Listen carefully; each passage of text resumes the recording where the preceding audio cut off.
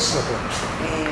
Com imensa alegria que todos nós estamos aqui para assistir a palestra da Fernanda Jucia, um dos mais importantes intelectuais brasileiros, um grande estudioso da questão do campesinato no Brasil. E sua trajetória um pouco demarca, apenas, ao menos pelo viés do historiador, a própria trajetória da construção e da consolidação do campo de conhecimento em sociologia rural e, mais recentemente, na interface entre sociologia rural, antropologia rural e história agrária. Então, estou muito feliz com a sua presença, acho que todos nós estamos, e muito curiosos para saber primeiro o que você tem para nos contar. Muitíssimo obrigado. Primeiro, esses agradecimentos que não são formais. Eu, na verdade, sou formado nessa universidade. Quer dizer, eu tive a chance, como muitos aqui, de poder entrar no Colégio de Aplicação da Faculdade Nacional de Filosofia em 1959, ficar de 59 a 65, e que é um momento muito especial da vida nacional e da vida particularmente estudantil. A Faculdade Nacional de Filosofia era um centro de pensamento, de debate e, sobretudo, do próprio movimento estudantil muito forte naquele momento. E realmente era a criação do Aplicação foi uma coisa, inclusive, inspirada até na experiência francesa por o professor Luiz Alves de Matos, que alguns não sabem até, mas é um antigo beneditino, que a partir de um determinado momento, até nas lutas entre a Igreja Católica e os intelectuais leigos, eles vão investir também em termos de instituições de ensino. Luiz Alves de Matos vai virar um grande catedrático de didática geral da Universidade do Brasil e vai organizar o Colégio de Aplicação, que precisava treinar os professores da Faculdade Nacional de Filosofia, dando aula para alunos que realmente aguentassem o tranco daquilo que ia ser feito. A sorte. Minas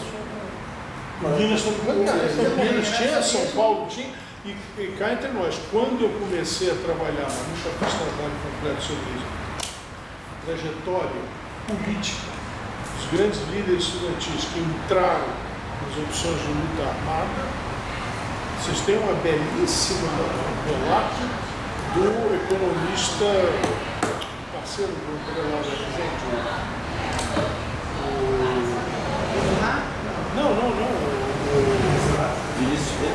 como é que é? Larida. Persuarida. É um belíssimo relato do Persuarida sobre o Colégio de Aplicação em São Paulo e como ele chega a determinadas opções políticas, ele chega a sofrer. Está na revista Piauí, muito bem feito o depoimento, e a gente vê isso em vários lugares. Das escolas públicas, essas experiências foram muito fortes. Bom, eu tive a sorte, assim como uma série, eu acho que já serve não, mas depois a gente fez isso já no colegial. Quer dizer, na época que nós entramos, eles resolveram fazer uma classe experimental, aproveitaram o fato que havia a lei de diretrizes e bases e resolveram modificar todo o panorama do ensino. E, por exemplo, então, tinha no ensino do ginásio, havia inglês, francês, latim e outra, aí matemática, tinham 11 matérias que ninguém aguentava com aquele. Então, eles reduziram isso tudo para 4, 5 matérias, jogaram o francês nos 2 primeiros anos, jogaram inglês nos anos seguintes, E com isso, nessa classe experimental, realmente, os professores estavam experimentando e a gente também sentia que essa experiência dependia muito do que nós fizéssemos. Bom, isso tudo para dizer que o começo na universidade foi esse. Isso para mim foi importante. Na licenciatura eu não fui aqui na universidade. Em compensação, a minha formação como antropólogo foi toda feita no Museu Nacional. Realmente eu fiz o mestrado e doutorado no Museu Nacional quase nos anos de início do Museu Nacional, e isso foi também uma coisa decisiva, inclusive porque havia do Roberto Cardoso de Oliveira a famosa coisa: não existe antropólogo que vai aprender a ser antropólogo lendo. Ele vai ter que ler muito, ele vai ter que frequentar muito biblioteca, mas ele tem que ir a campo, ele tem que observar, ele tem que ouvir. E fazer antropologia é fazer trabalho de campo, a boa e velha tradição inglesa. Bom, então isso tudo fez até com que, ao contrário de afastar dos centros europeus, até provocasse Bom, aí houve uma conjugação de coisas que, já que eu estou falando livremente aqui, eu posso dizer agora. Quer dizer, eu acho que uma das coisas aí de ter cursos de pós-graduação no momento, quer dizer, nós entramos em 1970, 75, para quem é de outra geração, não sabe que foram os anos mais duros, porque realmente eram aqueles que ninguém sabia o que acontecia durante o dia e, sobretudo, durante a noite. Mas, naquele momento, então, ter a possibilidade de ouvir, de ir, observar, fazer trabalho de campo e mais, sabia perfeitamente que o público dos nossos textos era muito pequeno se fosse restrito ao público brasileiro. Naquele momento incidia a censura, que tinham acabado de muitas revistas, as editoras com muito problema. Então, fazer textos que pudessem entrar na competição internacional era decisivo. Então, essa relação com o internacional, que era de ser reconhecido internacionalmente pela sua atividade profissional, isso aconteceu nos anos 70, bom, e particularmente, acho que a mesma coisa aconteceu com o UPERJ, a mesma coisa aconteceu com o pessoal de USP ligado à SEBRAP e progressivamente com toda a comunidade intelectual brasileira, essa dupla exigência, isso permitiu fazer coisas que me parecem ter sido muito formadoras, quer dizer, foram desafios em cima de desafios, desafios em cima de desafios, e foi assim que a gente, na verdade, uma vez ele estava conversando, quer dizer, antropologia, quando fomos conversar a primeira vez com o Roberto Cardoso de Oliveira, eu não tinha ideia do que se tratava, né? Sérgio até usou uma imagem que eu acho ótima. Nós fizemos um casamento caipira. Nós casamos primeiro e fomos gostar depois. Quer dizer, naquele momento era terrivelmente difícil se mexer. O Otávio Velho tem uma metáfora para o que acontecia no Museu Nacional. Ele falava de um oásis, quer dizer, de um lugar onde se podia discutir livremente, ter acesso a textos e fazer muita coisa. Bom, então, isso tudo para dizer um grande obrigado ao FRJ que recebe aqui hoje. Mas o outro também grande obrigado é aqui aos amigos e dos dois lados e a todas as atividades que são feitas em termos de pesquisa e também pelo IESP da UERJ, que permitiram retomar essas estadias no Brasil na perspectiva de fazer trabalho de pesquisa e de continuar o intercâmbio acadêmico. Então, esse era...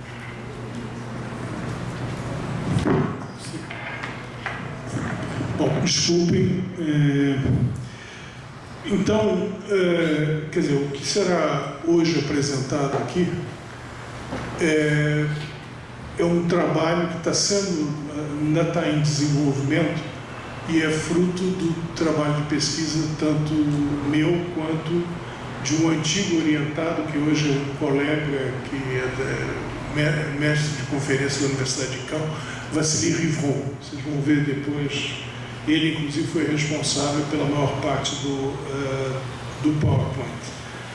E, na verdade, quando eu estava no Museu Nacional e nós resolvemos até tentar os concursos na França e entrar para as instituições francesas, quando eu passo a condição de professor da Escola de Altos Estudos e Ciências Sociais, eu tive esse dilema, quer dizer, evidentemente eu era conhecido pelos trabalhos que eu tinha feito sobre campesinato. Tinha feito também, já tinha começado a fazer trabalhos sobre intelectualidade brasileiras e reconversão de grandes proprietários rurais, e isso foi um momento fundamental, porque isso foi a relação com Luiz de Castro Faria, que em boa hora nós nos aproximamos, para mim me aproximar, e permitir toda uma pesquisa sobre trajetórias sociais de pensadores sociais brasileiros. Foi aí que começou a ter essa pesquisa. Então, quando eu cheguei na França, era evidente que se colocava, em função dos alunos novos, de pesquisadores outros e tal, de abordar um tema que pudesse ser um pouco mais geral que simplesmente uma trajetória voltada para um setor específico da população. Não abandonar isso, mas simplesmente acrescentar uma outra linha de pesquisa.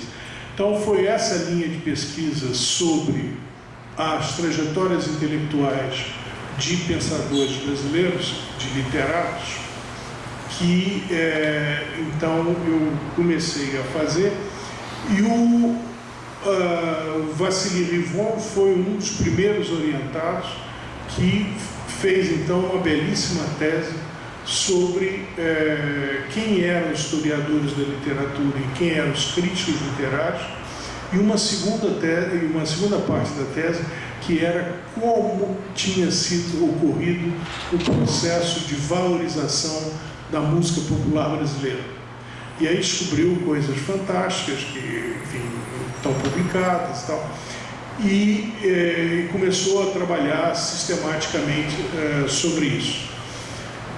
Então, tinha um terceiro orientado, que hoje em dia está na Argentina, Gustavo Sorá, que tinha trabalhado nessa pesquisa junto com Castro Faria, que nesse processo, essa ideia de uma análise materialista da atividade intelectual. Então, a ideia de estudar como é que o mercado editorial tinha sido implantado, como é que de livrarias que você tinha nas grandes cidades brasileiras, você faz uma divisão entre as livrarias e passa a ter editoras funcionando em escala nacional, com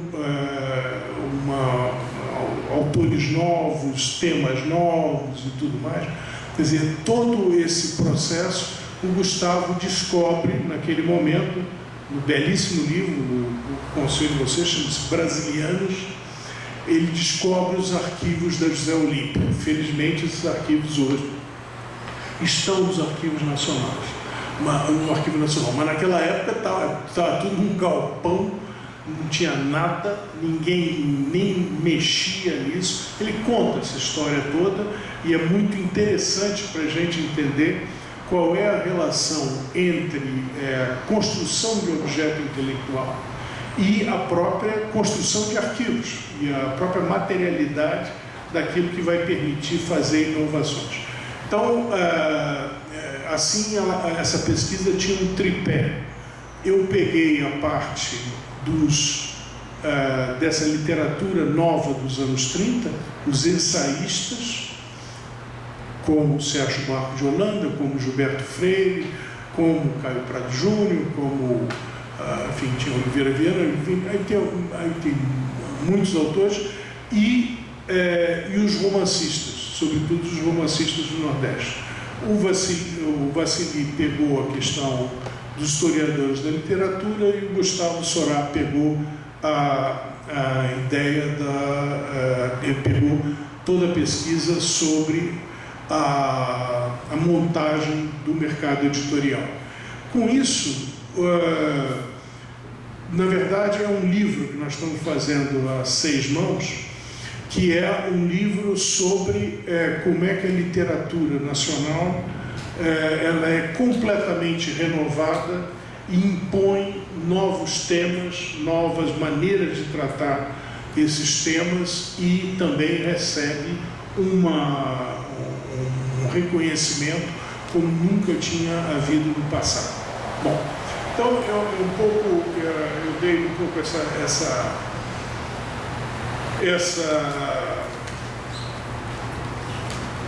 esse histórico daí, e em determinado momento, nos seminários normais da escola, que a gente sempre aproxima das atividades de pesquisa que está fazendo, chegou um momento onde apareceu até esse desafio. Chegar e dizer assim, olha aqui, bom, evidentemente, um dos livros fundamentais, isso tem um texto do Antônio Cândido maravilhoso, dizendo os 3 livros fundamentais para a geração dele, que é o Casagrande Senzala, Raízes do Brasil e Formação do Brasil Contemporâneo. O Sérgio Buarque de Holanda ocupa nisso um papel de protagonista essencial. Então, sempre era tratado. E quando o Vassili tratava todo o processo de revalorização da música popular brasileira, ele até para no começo dos anos 60. Mas o segmento da pesquisa dele era exatamente o momento onde há até o surgimento da categoria música popular brasileira, que é a famosa época dos festivais. Ora, nessa época dos festivais é aí que entram enfim, a trilogia que cada um de nós tem na cabeça, que é Chico Buarque, Caetano, Gil, bom, muitos outros. E é aí que vai também aparecer uma música renovada, mas sobretudo uma letra renovada, temas completamente que não eram tratados. Por exemplo, sinceramente, um dos autores que eu estou dizendo, Chico Buarque, é raro a gente ver autor que tenha tratado de tortura dentro de música e você continuar a ter uma admiração estética pela música terrível. Quer dizer, eu acho que essas inovações, que não é só com ele, por exemplo, diria a mesma coisa em relação ao, por exemplo, Gilberto Freire, que muitas vezes é muito maltratado. Acho que não é lido na medida que precisaria ser para que isso não acontecesse. Quer dizer, é só olhar o seguinte: quem nos anos 30 tratou de escravidão do ponto de vista do exercício da sexualidade? Que não é o estudo da economia, não é também, mas não é o estudo da economia, não é o estudo da política, não é nem o estudo da violência sobre os escravos. É tudo isso, mas é uma coisa muito mais. Quer dizer, Foucault não tinha existido até então, né? Então, o problema do exercício da sexualidade e tudo que o exercício da sexualidade implicava nas relações homem e mulher e nas relações de descendência, né, entre pais quer dizer, entre genitores e a prole, quer dizer, esse tema realmente na literatura mesmo internacional não conheço equivalente aí. Então, ter atacado isso e feito isso de uma maneira que renovou completamente tanto o aspecto teórico da coisa quanto a base factual, são coisas assim fortes. Então, essa é uma convicção profunda que está por detrás desse trabalho, quer dizer, que realmente aí a gente está mexendo com um momento central de transformação das atividades culturais no Brasil que são importantes em termos da sociedade brasileira, mas também permitem uma relação entre o que se faz no Brasil e o que se faz no mundo internacional de uma maneira bastante nova. Bom, e sobretudo porque ao dar esses cursos, ficava claro uma outra coisa. Isso que acontece nos anos 30 de renovação da literatura e de renovação das atividades culturais não vinha em cima de um tema que fosse, de um sentimento, que fosse um sentimento de escritores e intelectuais que eles estavam fazendo algo de valioso. Ao contrário, quando a gente frequenta a literatura entre 1870 e 1930, o sentimento, mas muito claramente expresso, não é nada disso.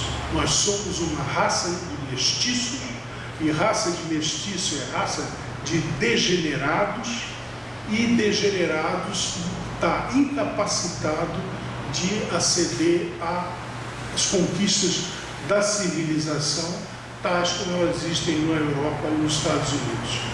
Então, essa questão do tratamento, quer dizer, a percepção da nacionalidade em termos propriamente raciais, e que em termos propriamente raciais nós ocupávamos um andar de baixo, e desse andar de baixo, quer dizer, era uma coisa escrita no próprio corpo, e por ser escrita no próprio corpo, na natureza, e portanto imutável. Então, essa atividade dos anos 30 de alterar a literatura, os temas, as maneiras de tratar e tal, tira o jogo de uma coisa inscrita na natureza biológica do povo brasileiro e joga, como esses autores que eu falei, mas muitos outros, joga isso dizendo assim, olha, nós temos heranças culturais, nós temos heranças sociais e culturais pesadíssimas. O passado colonial e o passado de escravidão não nos deixou nada de muito tranquilo para lidar. Mas se nós atacarmos isso, nós atacaremos e entraremos, e aí sim teremos possibilidade de entrar num diálogo com aquilo que era percebido como civilização e do qual nós estaríamos fora da civilização. Bom, eu vou um pouco mais rápido aqui para entrar no tema de hoje, mas eu não queria deixar de dizer que isso também eu não queria que ninguém me acreditasse só nas palavras. É que há uma maneira de provar isso. E a maneira para mim, de provar isso é voltar ao livro Os Sertões, do Euclides da Cunha. Que isso Castro Faria, que nos obrigava a ler, e é uma maneira de ler. Inclusive o Castro Faria chamava a atenção que todo mundo ficava admirado com o relato de Euclides da Cunha, porque teve como correspondente de guerra dentro do movimento messiânico de 1890.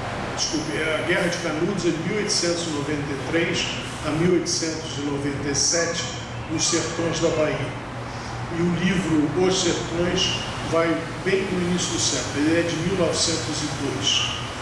Bom, então, e aí também é bom que se saiba que o Euclides da Cunha era um dos oficiais positivistas e engenheiros que era contra a monarquia. Ele fez parte daqueles que participaram do movimento republicano e, no caso do Euclides, a gente vai ver nos primeiros artigos dele no Estado de São Paulo como alguém que é adepto daquilo que depois ele vai ele mesmo dizer que é o massacre de Canudos.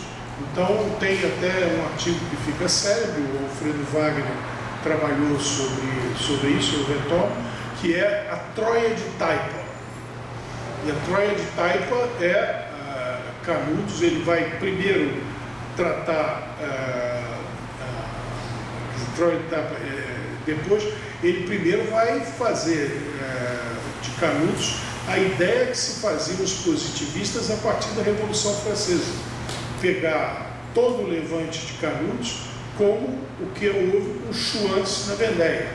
Então são as pessoas que são monarquistas, que resistem à República, então como tal elas têm realmente que ser dizimadas. Então, a gente olhando os textos do Euclides da Cunha, vê claramente que eles mudaram entre os textos com correspondentes de guerra e os textos, o texto que ele faz depois nos Sertões. Mas vou voltar ao meu tema central. É que a terceira parte do livro é um primor. Ela era dita pelo historiador Érico Hobsbawm como a melhor descrição de um movimento messiânico feita no mundo inteiro. Quer dizer, acho que isso é para ser levado a sério. Quer dizer, realmente é impressionante como há uma descrição minuciosa de todos os combatentes, das armas empregadas, das lutas. Realmente é uma... Mas essa riqueza mesmo eclipsou o fato que essa parte da descrição da luta é a terceira parte do livro. O livro tinha por inspirador Hippolyte Taine, que então tinha três coisas a serem observadas. A primeira, o estudo da natureza, que chama-se a Terra. A segunda, o estudo do homem, que é o estudo das raças. E a terceira, o estudo da luta. E aí, como as categorias de análise que estão no homem são, sobretudo, categorias de análise racistas, quer dizer, no sentido real da palavra, de renegação dos personagens que existem no Brasil, em geral, abandonou-se a leitura desse texto e em prol só da terceira parte, como se o resto deixa para as traças. Quando se restaura os três, se observa que, na verdade, a mensagem do Euclides da Cunha fica muito mais forte, porque ele, justamente, mestiços são considerados pelas teorias raciológicas do século XIX, do Bineau, da Chêne-Lapouge, são considerados degenerados. Então, o Euclides da Cunha vai fazer uma oposição extremamente forte entre os degenerados do litoral, que são mulatos, de casamento de brancos com pretos, esses seriam realmente degenerados, mas o que acontecia nos sertões era cruzamento de índio com branco, e esses não seriam degenerados, mas retardados. E por que seriam retardados? Eles tinham aquela capacidade, que vai ser descrita no livro, de enfrentar os exércitos republicanos. Isso os exércitos republicanos, muitas vezes, quase não chegaram a ganhar e perderam inúmeras batalhas frente a gente com inúmeros problemas físicos e, além de tudo, de armamento. Bom, então, esses retardados, e aí que aparece a tese do Euclides da Cunha, que se o Brasil, está nas primeiras páginas do livro, se o Brasil consegue permanecer sem ter potência estrangeira dominando, essa sub-raça, essa proto-raça do sertão vai virar uma outra e nova raça. Então essa nova raça, ela seria portadora de uma unidade nacional. Tá? Então, o que acontece com o problema da descrição da tragédia? É que a tragédia fica muito maior. A tragédia fica muito maior porque os republicanos mataram, dizimaram todos os homens válidos de Canaã. Então, os republicanos dizimaram a única chance que nós tínhamos, como povo, havia de ter populações que fossem estar na origem de uma raça vigorosa e que pudesse fazer frente a toda a humanidade. Então, eu acho que Agora, o que é fato é que quando você olha os sertões, e todo é nitidamente montado em torno da questão propriamente racial. Ora, é esse o ponto, é aí que vai o ponto onde o Gilberto Freire vai deslocar, porque ele vai retomar a questão até assim, dos mestiços degenerados, quer dizer, quem são aqueles que no litoral são fruto do cruzamento entre brancos e negros e antigos negros escravos, né? E vai justamente usando da diferença entre raça e cultura que ele tinha pegado a partir dos cursos do Boas, que ele tinha frequentado em Colômbia, ele vai então dizer, olha, o problema nosso não é racial, o problema nosso é cultural e histórico. Eu acho que ele vai ter uma contribuição muito maior. Bom, vou enunciar ela agora, porque ela está enunciada, eu acho que ela é pouco utilizada, muito mais do que simplesmente a revalorização da mestiçagem.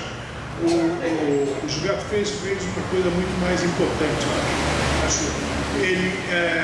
Ele explicitou a matriz social da mestiçagem. E a matriz social da mestiçagem não é qualquer branco com negra, não é qualquer negra, não é qualquer branca com negro.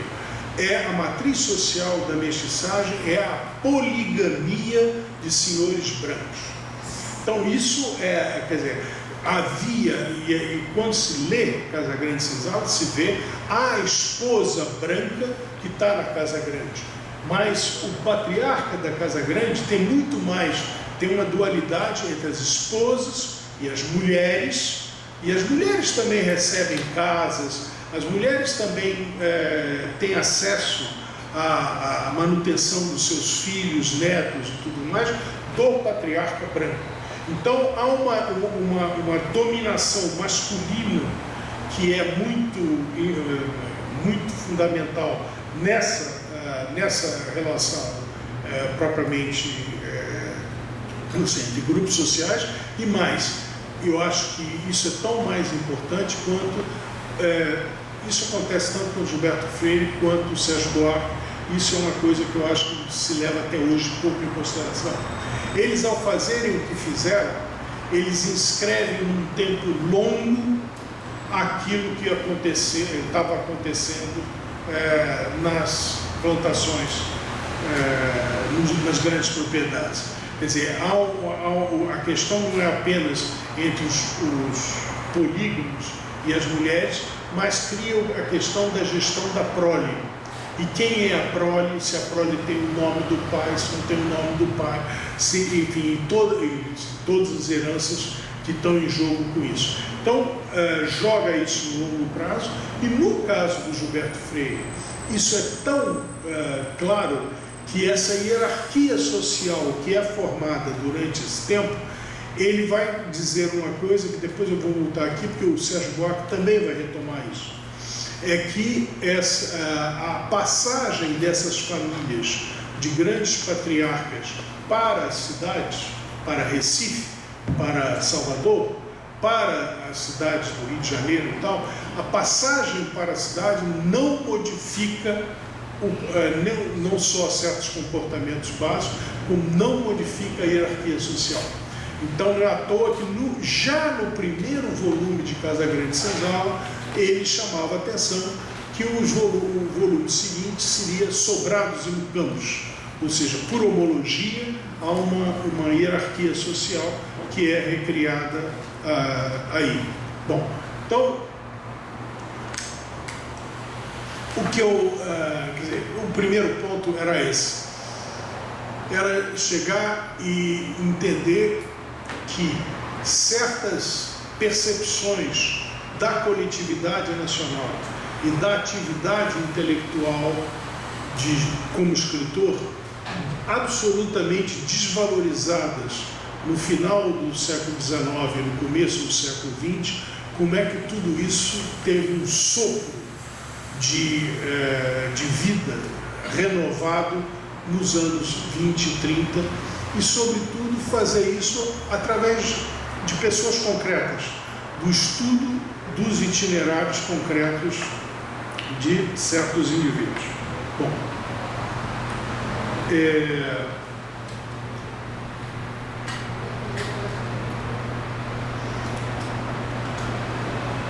Bom, só uma coisa que eu esqueci até de explicitar, quer dizer, em Euclides já ficava claro que o caminho da salvação era o oposto da importação das instituições cosmopolitas consideradas civilizadas.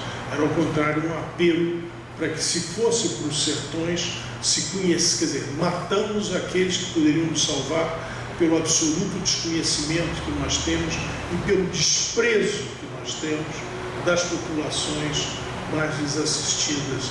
Se nós quisermos reverter isso, nós não temos que ficar, isso é a imagem dele, que nem caranguejo no litoral, nós temos que ir para os sertões e entender isso. Bom, esse ponto vai ser, evidentemente, retomado pelos os três.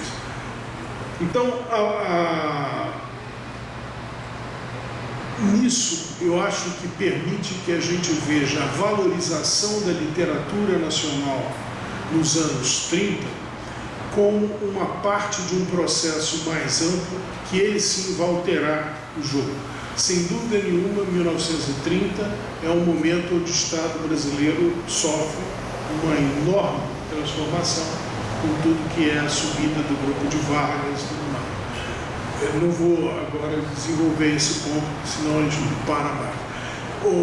Sem dúvida nenhuma, é um momento onde, como o Celso Furtado depois demonstrou, você, ao defender os grandes plantadores de café, você, frente às perdas que ocorreriam com o crack da Bolsa de Nova York, isso permitiu uma industrialização que ela vai, então, dar uma nova dinâmica no processo econômico, mas também de urbanização do país. Mas uma terceira componente disso é uma componente propriamente cultural. Quer dizer, há uma valorização das nossas coisas, da nossa gente, que se materializa em ensaios, em romances e em toda uma série de atividades, e que também vem junto com duas coisas absolutamente centrais aí. Vem junto com a montagem de grandes editoras nacionais e, portanto, uma substituição de apenas literatura estrangeira por literatura propriamente brasileira, e vem junto com a montagem das universidades. Quer dizer, Sérgio Buarque é um tipo claro. Quer dizer, ele vai começar até por fora do sistema universitário que vai se dar na USP e tal, e vai acabar como um personagem central, como professor de história central do departamento da USP, que tem uma hegemonia clara no processo de produção do conhecimento nessa área. Também poderia ser feita essa... Bom, e outras coisas que, em boa hora, eu acho também que essa universidade está começando a pensar que ela tem qualquer coisa como 100 anos. Não é bem 100 anos, não, que isso para valer como... Quer dizer, a datação dela já é complicada, porque o que houve primeiro e houve para valer em 1935 foi a Universidade do Distrito Federal. Né? A Universidade do Distrito Federal, uma criação do Anísio Teixeira, no Lago do Machado e tudo mais. Agora, onde se reuniram pessoas absolutamente fantásticas. Em duas delas, Sérgio Buarque de Holanda estava lá, mas estava também Gilberto Freire, estava lá Vila Lobos, estava, enfim, há toda uma série de personagens fortes que depois vão estar dispersos quando os católicos até tiram fora aquilo que são considerados os comunistas ligados ao Anísio Teixeira.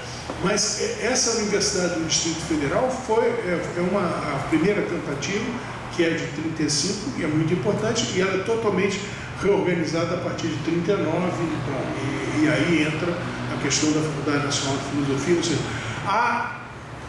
isso tudo quer dizer assim, uma coisa, resumindo tudo isso, há uma modificação completa e a criação de um sistema universitário no Brasil. Isso é tardio se a gente olha para toda a América do Sul, mas aqui é claramente nos anos 30, e isso evidentemente tem a ver com todo esse processo de renovação das atividades literárias e intelectuais. E, que é muito próximo disso, também se a gente faz o estudo do jornalismo, dos jornais, das formas de organização, vai ver que houve uma transformação paralela a isso. Ou seja, a transformação existente entre os anos 30 e 45 são transformações profundas, merecem ser analisadas com muito cuidado, e esses personagens que a gente vê, às vezes até próximos uns dos outros, mas também marcados por profundo antagonismo. Por exemplo, Sérgio Buarque de Holanda, sem dúvida nenhuma, o tempo todo é um profundo crítico de Getúlio Vargas. Ele nunca aceitou o Estado Novo. E para se entender como foi um dos redatores do Manifesto pela Restauração das Liberdades Democráticas em 45, esse ponto é central. Bom, com isso, é óbvio que tem um outro problema que se colocaria esse trabalho, que é o problema seguinte: as condições sociais históricas que viveu o pai são completamente diferentes daquela que viveu o filho. O filho começa a ser um ativista criador a partir de 1965, 66, através da entrada dele no Teatro Amador da Universidade Católica de São Paulo, e vai marcar a sua atividade como um compositor feroz, crítico de um regime militar que está atacando a todo mundo. Isso marca tão profundamente. Eu até com o Vassili, a gente pensou que uma primeira parte da produção do Chico Buarque, a gente retomaria o primeiro verso da banda, Estava à Toa na Vida.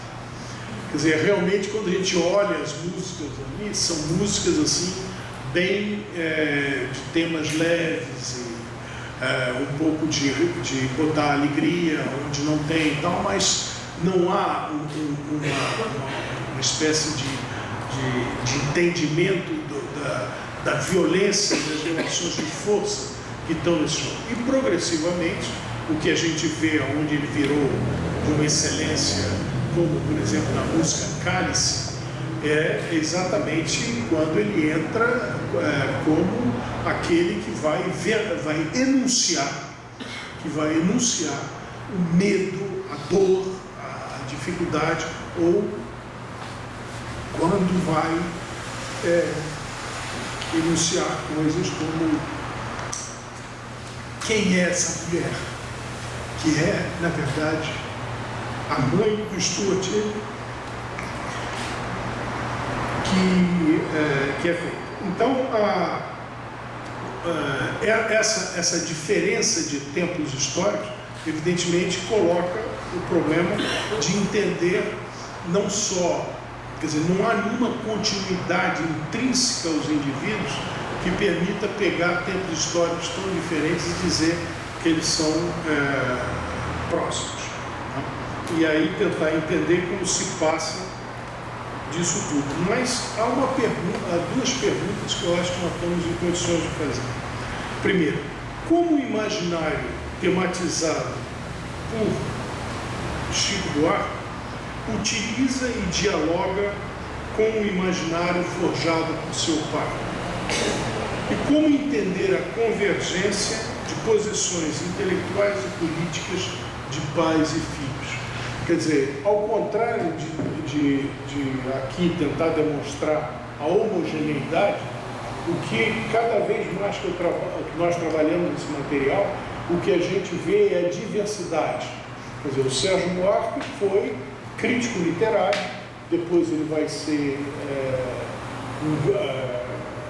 historiador, ele vai ser sociólogo, e a produção dele vai ser de ensaios. Ele não vai entrar na produção de romance, ele não vai entrar em música popular, ele não vai entrar em teatro. O Chico só vai entrar nessas outras atividades.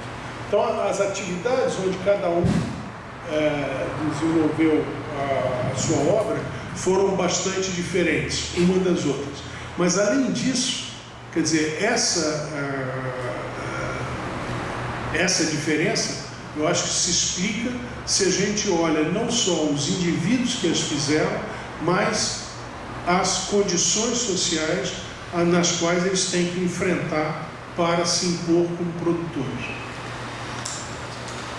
Bom, então eu vou tentar fazer o seguinte, quer dizer, eu vou tentar primeiro pegar a trajetória do Sérgio Buarque de Holanda e, sobretudo, raízes do Brasil, onde aí trata do tema que está nomeado também, que é o problema, o que seria um Estado democrático no Brasil. Então, esse é o livro de 1936. Depois passar para a atividade do Chico Buarque e, sobretudo, ver, eu vou trabalhar uma análise mais interna, estrutural, de um dos livros, dos romances mais recentes, que é o Leite Derramado. E a tentativa é mostrar justamente como o imaginário que a gente percebe nisso é um imaginário que tem uma correspondência muito forte com o imaginário que é lançado pelo pai. Quer dizer, não há nenhuma aplicação mecânica direta, mas ao contrário, é exatamente essa possibilidade de fazer esse trabalho que eu convido todo mundo a fazer também, porque eu acho que, como o Chico começou os romances em 1991 e evidentemente não teve tanto sucesso quanto o sucesso que teve como compositor e cantor, essa parte foi muito menos frequentada que a parte que as outras partes. Então, como tudo para um antropólogo, todo detalhe é importante e considerar um não quer dizer considerar um. Só um pouco, o tempo aqui eu já estou controlando o tempo. Vamos falar de tempo. Não, tá bom. Uma hora que você está falando. Tá, então, desculpem, eu vou tentar, se em meia hora... se em meia hora eu consigo resolver tudo novamente. Então, o primeiro eu vou pegar a trajetória do pai e raízes do Brasil. Então, o nascimento do Sérgio Buarque de Holanda é em 1902 e ele também já vem de uma família que é uma família de universitários. O pai, que era Cristóvão Buarque de Holanda, era um botânico e tinha uma presença forte nos meios intelectuais de São Paulo. O Sérgio Buarque vai fazer o curso primário em escola pública, secundário no Colégio São Bento, e já aí ele vai ter proximidade com certos intelectuais que vão contribuir para a sua projeção. Toné, por exemplo, que é um autor importante, o Toné vai bancar o primeiro artigo que ele consegue publicar em jornal. Ou seja, isso sim é como filho. A gente vê que é a capital social concentrada, que é utilizado para a pessoa se projetar. Ele vai fazer a faculdade de Direito aqui no Rio de Janeiro, vai se formar em 1925 e ele tinha se destacado como modernista na semana de 22. Ele constituía com Prudente de Moraes Neto, quer dizer, alguém da elite política republicana, os dois fundaram uma revista que tem uma importância grande. Ela tem poucos números, mas tem uma importância muito grande e chama-se significativamente Estética, né? Então, que é fundado em 1924, ele colabora no Jornal do Brasil, na Revista do Brasil, e ele era visto como controlando muitas línguas estrangeiras. Ele controlava francês, inglês, alemão e espanhol. E pelos romances eu vi que o Chico também tenta dar a entender que ao menos francês, inglês, espanhol e francês? Ainda tem o italiano, exatamente. Bom, então, são pessoas de formação no Brasil, mas extremamente cosmopolitas desde o seu início. Né? Esse é o caso do Sérgio Buarque. Bom, aí é interessante, porque o Sérgio Buarque é até muito interessante, porque ele em 1927, 28, ele vai ter uma experiência meio euclidiana.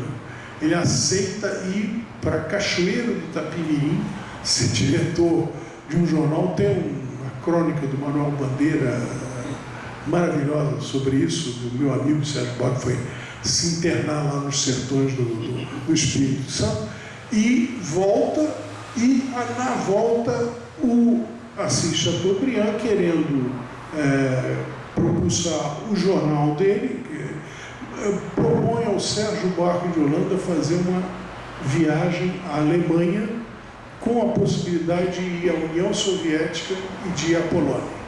Essa viagem é feita entre 1929 e 1931 e vai ter uma importância absolutamente decisiva na obra do Sérgio Buarque de Holanda. Quer dizer, primeiro é aí que ele conhece um grande número de autores alemães, mas é aí que vem a relação que a gente vê muito forte no Raiz do Brasil com Max Weber. Né? E se há um autor weberiano claramente a partir dos anos 30 no Brasil, esse autor, é evidente que tem outros como Faoro e tal, mas Sérgio Buarque de Holanda é um autor claramente weberiano. Né? Quer dizer, Weber vai fazer parte, eu vou voltar a isso, que isso é central para entender o conceito dele de homem cordial. Bom, e na verdade é dessa viagem à Alemanha, bom, que ele deixa lá uma mulher grávida que vai ter um filho, que é um dos romances do Chico, chama-se Meu Irmão Alemão, e essa volta é provocada não porque ele queira, mas também porque simplesmente com a Revolução de 30 o dinheiro do Chateaubriand acabou e não tem como ele manter os correspondentes no estrangeiro. O Sérgio Buarque não tem outro meio e volta para o Brasil.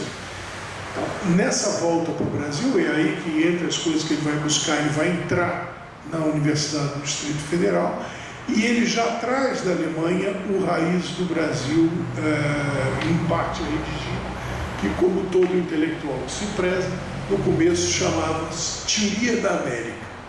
Então depois a coisa vai botando os pés no chão até chegar nisso. Agora, 1936 é muito interessante, quer dizer, é muito interessante a publicação da Raiz do Brasil, as marcas do Raiz do Brasil. Primeiro, isso aqui, né? Essa palmeirinha aqui, que é a palmeirinha de todos os livros da José Olímpio, que é a marca mesmo da